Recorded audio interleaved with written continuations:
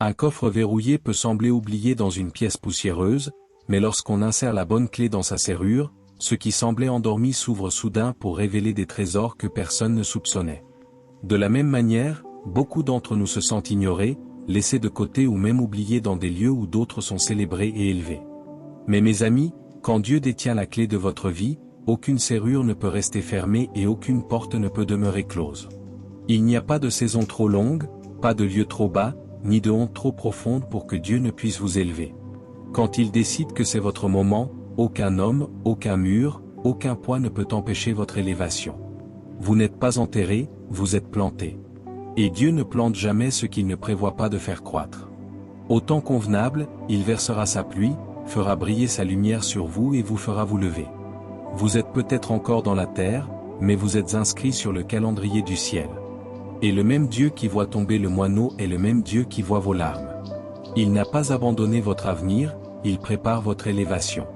La parole nous rappelle dans Psaume 145 verset 14, « L'Éternel soutient tous ceux qui tombent, et il redresse tous ceux qui sont courbés. » Ce n'est pas seulement un réconfort, c'est une promesse.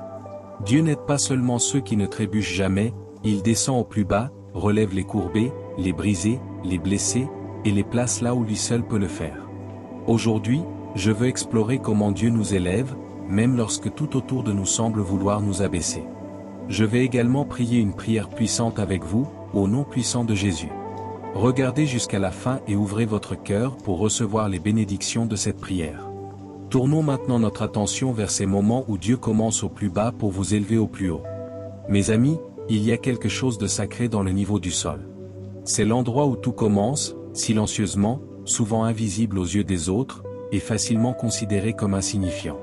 Mais mes amis, quand Dieu est impliqué, rien de bas ne reste bas pour toujours.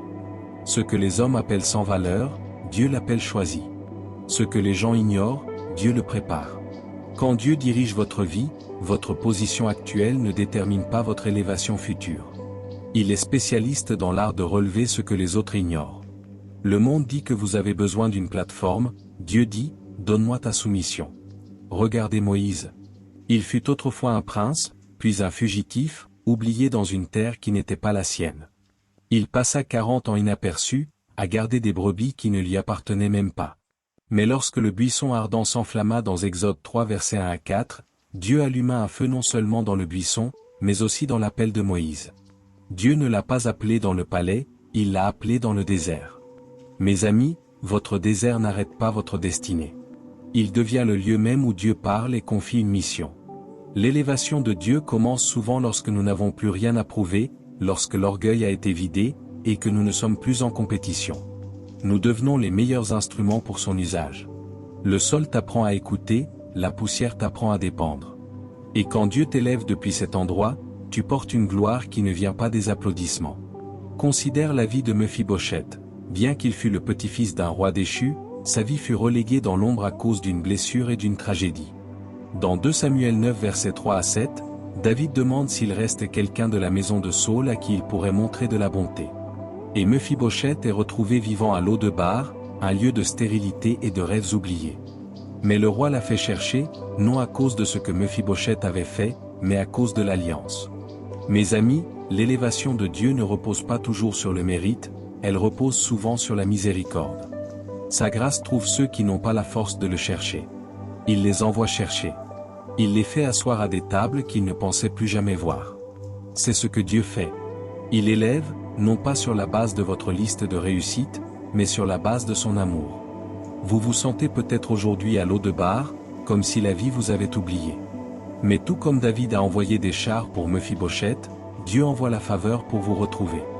Votre nom est encore connu au ciel, et l'élévation qui arrive vous rappellera qu'aucune condition n'est définitive lorsque Dieu a le dernier mot. Même Jésus lui-même, bien qu'il fût le Fils de Dieu, n'est pas monté avant d'être d'abord descendu. Philippiens 2 versets 7 à 9 dit. Mais il s'est dépouillé lui-même, en prenant une forme de serviteur, en devenant semblable aux hommes. Et ayant paru comme un simple homme, il s'est humilié lui-même, se rendant obéissant jusqu'à la mort, même jusqu'à la mort de la croix. C'est pourquoi aussi Dieu l'a souverainement élevé, et lui a donné le nom qui est au-dessus de tout nom. Le modèle est clair, l'humilité précède l'honneur, l'abandon précède l'élévation. Le chemin de Dieu vers le haut commence souvent par une descente. Parfois, votre élévation ne ressemble pas à une promotion. Elle ressemble à la paix, à la clarté, à la possibilité de dormir à nouveau la nuit. Dieu ne vous élèvera peut-être pas sur une scène, mais il élèvera votre esprit hors du désespoir. Il ne changera peut-être pas toujours votre emplacement, mais il changera votre condition. Mes amis, toute élévation n'est pas visible, mais toute vraie élévation est transformationnelle. Il y a une histoire dans 2 Rois 7 versets 3 à 8 concernant 4 lépreux assis à l'extérieur de la porte de la ville pendant une période de famine. Personne ne les considérait dignes. Ils étaient vus comme impurs, inaptes, indésirables. Mais ces hommes ont choisi de ne pas mourir là où ils étaient. Ils ont dit, « Pourquoi restons-nous ici jusqu'à ce que nous mourions ?» Remarquez que lorsqu'ils ont bougé, Dieu a bougé. Et tandis qu'ils avançaient vers le camp ennemi, Dieu fit retentir le bruit d'une armée, faisant fuir les Syriens. Ce qui fut laissé derrière devint une provision pour une nation affamée. Les gens pensaient qu'ils étaient les moindres, mais Dieu a utilisé les moindres pour devenir la clé du percé. Votre élévation pourrait être liée à votre volonté de bouger, même lorsque vous ne vous sentez pas qualifié. La clé, mes amis, c'est l'obéissance, même lorsque l'endroit où vous vous trouvez semble trop bas, trop sombre ou trop oublié. Obéissez à la voix de Dieu, faites confiance à son timing, et ne mesurez jamais votre valeur à la position que vous occupez. Le Dieu qui a façonné les cieux n'a pas besoin de l'approbation du public pour commencer une promotion privée. Il vous élèvera en secret avant de vous révéler au grand jour. Parfois, l'élévation se produit dans vos pensées. Il élève votre manière de penser, de l'abattement vers l'espérance. Il relève vos yeux de votre faiblesse vers sa force. Il transforme votre perspective de ce que tu as perdu à ce qu'il prévoit encore de te donner, et ce genre d'élévation, bien qu'invisible pour beaucoup, est le commencement de tout. Lorsque ta foi commence à s'élever et que ton cœur y consent, tout autour de toi finit par suivre. Tu n'es pas en retard. Tu n'es pas trop loin. Tu n'es pas trop brisé. Tu n'es pas trop petit. Tu n'es pas oublié. Dieu voit où tu es. Il sait ce qui pèse sur ton cœur. Et il agit déjà dans les coulisses, tout comme il l'a fait avec les os desséchés dans Ézéchiel 37 versets 3 à 10. Dieu peut insuffler la vie là où il n'y avait que la mort. Et quand son souffle touche ce qui est brisé, ce qui était dispersé se rassemble, et ce qui était sans vie se tient de nouveau debout. Dieu t'élèvera. Il relèvera ce qui était enterré. Il soufflera sur ce qui était vide. Et il le fera non seulement pour te bénir, mais pour montrer sa puissance au monde. Alors fais confiance à l'endroit bas. Fais confiance aux saisons silencieuses. Fais confiance aux jours où personne ne voit ta valeur, car ce sont précisément les jours où le ciel façonne ton avenir. Concentrons-nous maintenant sur l'élévation au milieu du poids du délai. Mes amis, le délai a une façon d'éprouver l'âme d'une manière que le succès ne fera jamais. Il révèle si ton espérance repose sur les résultats ou sur Dieu. Le délai ne signifie pas que Dieu a changé d'avis, il signifie simplement qu'il prépare encore quelque chose de plus grand que ce que tu peux voir actuellement. Tu attends peut-être une percée qui semble arriver bien trop tard, mais ton attente n'est pas vaine lorsque ta confiance demeure ancrée en lui. Dans Ecclésiaste 3 verset 11, la Bible dit « Il fait toutes choses bonnes en son temps, même il a mis dans leur cœur la pensée de l'éternité, bien que l'homme ne puisse saisir l'œuvre que Dieu fait, du commencement jusqu'à la fin. » Dieu agit toujours, même quand la surface semble immobile. Ce qui paraît retardé est souvent simplement une préparation profondément enracinée. Tu crois être bloqué, mais le ciel te voit comme positionné. Tu crois être oublié, mais Dieu construit en toi quelque chose qui ne peut être ébranlé. Parfois, Dieu retarde une promesse non parce que tu n'en es pas digne, mais parce qu'il te rend assez fort pour la porter. Il connaît le poids de ce qu'il prépare pour toi. Il connaît le timing qui te bénira sans te briser. Il connaît les batailles que tu n'es pas encore prêt à livrer. Le délai devient un terrain d'entraînement pour le discernement. Il affine ton esprit et fait taire les distractions. Même Jésus, celui qui a guéri les multitudes, a retardé sa venue auprès de Lazare. Dans Jean 11 versets 5 à 6, il est écrit « Or, Jésus aimait Marthe, sa sœur et Lazare. Lors donc qu'il eut appris qu'il était malade, il demeura encore 2 jours dans le lieu où il était. » Ce délai n'était pas de la négligence, c'était de la confiance. Jésus a retardé parce que le miracle qu'il avait déjà prévu avait besoin du bon moment pour révéler sa gloire. Lazare n'avait pas seulement besoin d'une guérison, il avait besoin d'une résurrection. Et la résurrection commence dans le silence, avant d'être éveillée par l'autorité de la voix de Dieu. Dans le délai, ta foi développe des racines profondes. Tu apprends à t'accrocher à ce que Dieu a dit, pas seulement à ce que tu vois. La foi devient réelle quand il n'y a aucune récompense en vue, c'est là que la confiance devient inébranlable. Le délai n'est pas Dieu qui te retient quelque chose, c'est Dieu qui prépare quelque chose pour toi et parfois il te prépare toi en même temps. Dans 1 Samuel 1 verset 12 à 20, Anne pleurait devant le Seigneur pour un enfant. Année après année passait, mais son ventre restait fermé. Pourtant, elle priait, pourtant elle adorait.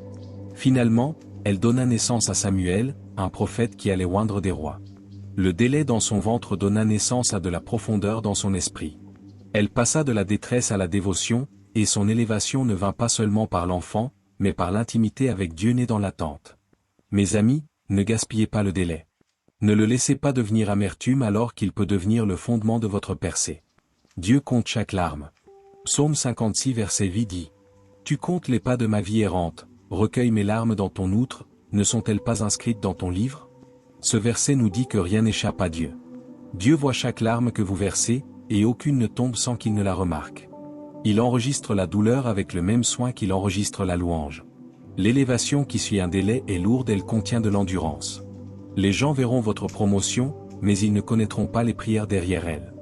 Ils ne verront pas les nuits où vous avez dû faire confiance à Dieu avec des mains tremblantes.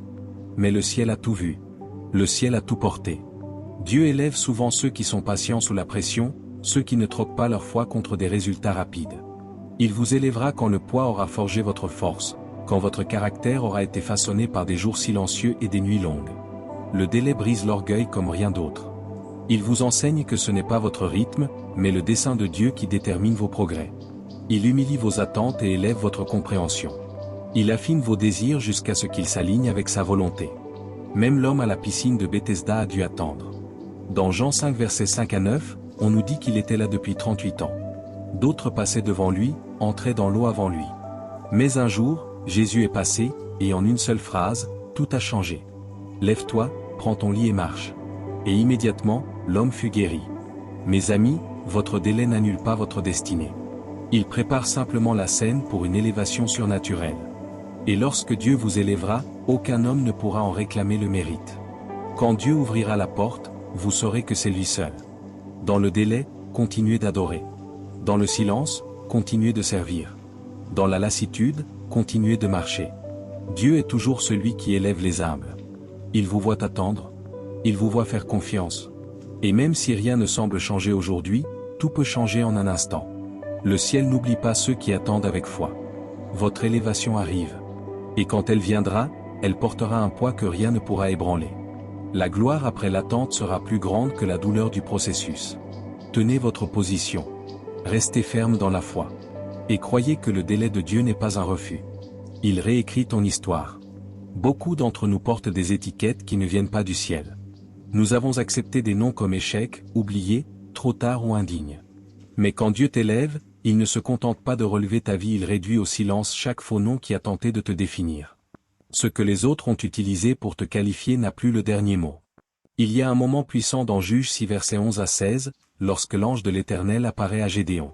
Bien que Gédéon se cachait par peur, le ciel le salue comme un vaillant héros. Gédéon ne voyait aucune force en lui-même, mais Dieu voyait autre chose. Il a répondu avec hésitation, mais le ciel a parlé avec certitude. C'est ainsi que fonctionne l'élévation divine, elle parle de destinée pendant que tu es encore assis dans le découragement. Dieu n'attend pas que tu sois à la hauteur du nom par lequel il t'appelle.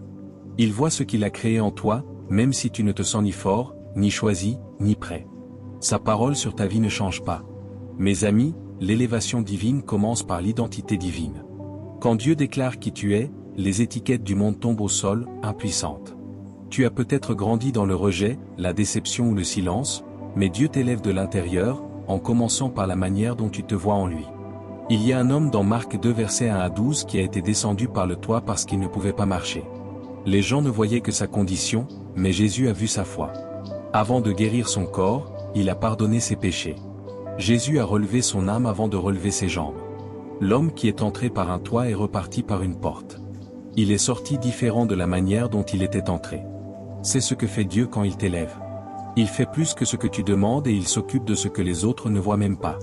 Mes amis, l'élévation de Dieu n'est pas toujours bruyante. Parfois, elle se produit dans ton cœur bien avant que quiconque ne remarque un changement. Il élève ta confiance écrasée par des années de critiques. Il relève ta paix de la poussière de l'anxiété. Il fait remonter ton but des endroits que tu croyais trop brisés pour compter. et il le fait avec une grâce qu'aucun homme ne peut imiter. Il y a quelque chose de saint dans la manière dont Dieu relève ce qui a été enterré sous la honte. Dans Luc 13 versets 11 à 13, on voit une femme courbée depuis 18 ans. Elle ne pouvait pas se redresser, et les autres passaient probablement devant elle sans y prêter attention. Mais Jésus l'appela en avant et dit : « Femme, tu es délivrée de ton infirmité. » Puis il posa les mains sur elle, et immédiatement, elle se redressa et glorifia Dieu. Jésus l'a vue alors que les autres l'ignoraient. Il l'a restaurée sans même qu'elle le demande. Voilà à quoi ressemble l'élévation divine, elle te rejoint là où personne d'autre ne regarde. Elle parle de guérison dans les endroits que tu croyais définitivement endommagés. Elle t'appelle vers la plénitude, pas juste la fonctionnalité. Elle te ramène à la pleine personne que Dieu a conçue en toi. Ton passé n'annule pas ton élévation. Ta douleur ne disqualifie pas ton but. Ton délai n'annule pas ta destinée. Et tes échecs n'effacent pas la fidélité de Dieu. Il ne t'élève pas sur la base de la perfection, mais sur celle du dessein. Mes amis, ne limitez pas l'élévation de Dieu à des succès que l'on peut mesurer.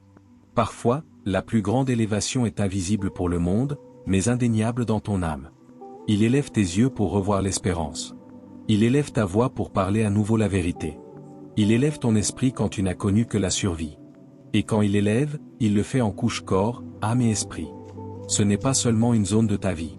Il restaure ce qui était brisé, il insuffle la vie sur ce qui était desséché, et il reconstruit ce qui était perdu. Tu deviens un témoignage vivant que rien n'est trop éloigné pour que Dieu puisse le racheter. C'est ce genre d'élévation dont il est spécialiste. Tu peux te sentir comme l'homme né aveugle dans Jean 9 versets 1 à 7. Les gens se demandaient pourquoi il était dans cet état, mais Jésus répondit que c'était afin que les œuvres de Dieu soient manifestées en lui. Jésus cracha alors par terre, fit de la boue avec sa salive, en oignit les yeux de l'homme et lui dit d'aller se laver dans le réservoir de Siloé. L'homme y alla, se lava, et revint en voyant clair. Personne ne s'y attendait, mais Dieu l'avait ordonné.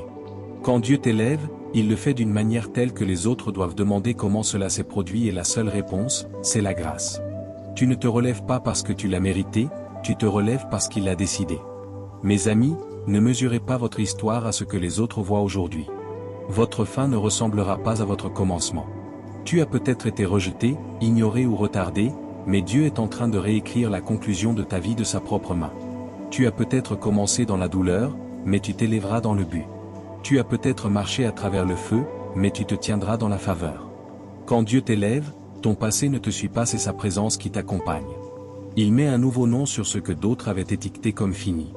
Il met une onction fraîche là où la honte résidait autrefois.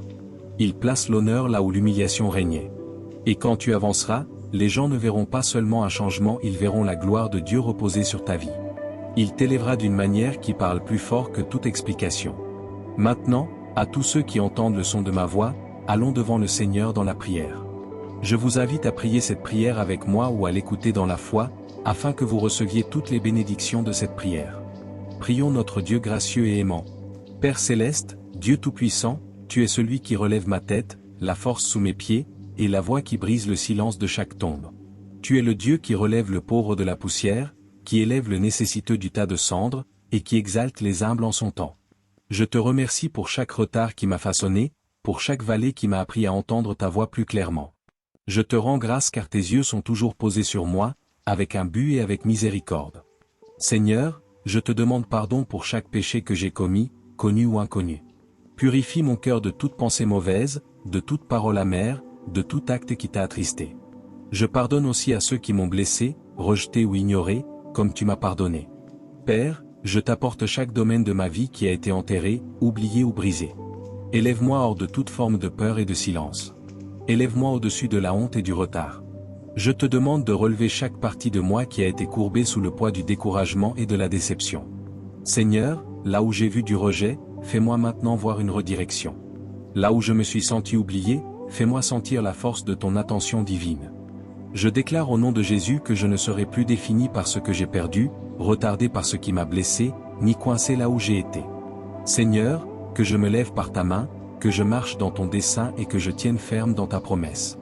Je déclare que chaque mensonge prononcé sur ma vie est réduit au silence au nom de Jésus. Chaque plan de l'ennemi pour me garder caché, entravé ou sans espoir, je le repousse au nom de Jésus. Seigneur, que ta faveur parle plus fort que les voix qui tentent de me limiter. Que ton esprit me donne la force de marcher dans la confiance, dans la vérité et dans la plénitude. Répands ta guérison sur chaque partie de mon être, mon corps, mon esprit et mon âme. Couvre-moi, Seigneur, de toute attaque spirituelle, de tout piège invisible, de toute voie de découragement envoyée pour m'abaisser. Protège mes proches, Seigneur. Que la même élévation, la même faveur et les mêmes bénédictions que tu m'as données reposent aussi sur leur vie. Seigneur, alors que je fais cette prière avec tous ceux qui écoutent, je te rends grâce pour chaque cœur qui s'ouvre devant toi maintenant. Nous sommes unis en prière les uns pour les autres. Au nom de Jésus, nous déclarons que nous nous relevons, que nous sommes guéris, que nous entrons dans les saisons que tu as préparées. Nous ne vivrons plus sous la honte ni bloqués dans le retard. Nous te remercions, Seigneur, de nous relever par ta grâce, de nous fortifier par ton esprit et de nous établir dans tes promesses. Que ton Saint-Esprit remplisse chaque vide et guide chacun de nos pas. Nous revendiquons la victoire, nous recevons la guérison et nous nous réjouissons d'avance. Merci d'être notre bouclier, notre secours et notre force. À toi soit le règne, la puissance et la gloire, pour les siècles des siècles. Merci Seigneur d'avoir entendu et exaucé ma prière. Au nom puissant de Jésus, je prie. Amen. Amen. Si ce message vous a béni, écrivez le mot Amen dans les commentaires ci-dessous. Je déclare que toutes les bénédictions de cette prière sont maintenant sur vous, au nom de Jésus. Vous pouvez nous aider à atteindre d'autres personnes et à répandre l'Évangile en partageant cette vidéo avec un ami ou un membre de votre famille qui a besoin de cette prière. Cliquez aussi sur j'aime et abonnez-vous à notre chaîne de dévotion quotidienne avec Jésus pour d'autres vidéos qui béniront votre cœur et élèveront votre esprit. Je crois que tu es mort pour mes péchés et que tu es ressuscité d'entre les morts. Je me détourne de mes péchés et je t'invite à entrer dans mon cœur et ma vie. Je veux te faire confiance et te suivre comme mon Seigneur et mon Sauveur. Seigneur Jésus, entends ma prière, je te prie. Merci Seigneur de m'avoir sauvé. Amen. Maintenant que tu as prié cette prière, tu peux demander à un pasteur de te baptiser dans une église locale et rendre cette décision publique. Le baptême est un symbole de cette décision de suivre Jésus. Je t'encourage ensuite à avoir une communion avec d'autres croyants pour en apprendre davantage sur ta nouvelle vie et pour mieux connaître Dieu. N'hésite pas à laisser ta demande de prière dans la section des commentaires, afin que nous puissions la présenter devant Dieu pour tes bénédictions et ta victoire. Nous invitons aussi d'autres croyants sur YouTube et dans le monde entier à se joindre à nous et à commencer à prier pour toi dès maintenant. Et nous voulons que tu saches que même si tu ne vois pas de réponse écrite à ta demande de prière, cela ne veut pas dire que personne n'a prié pour toi. Sois assuré que nous élevons activement chaque requête devant Dieu, dans la mesure où elle est en accord avec sa volonté. Nous croyons au pouvoir de la prière pour apporter le réconfort, la guérison et la direction, conformément au plan parfait de Dieu. À Dieu soit toute la gloire. Que la grâce et la paix de notre Seigneur Jésus-Christ soient avec vous tous.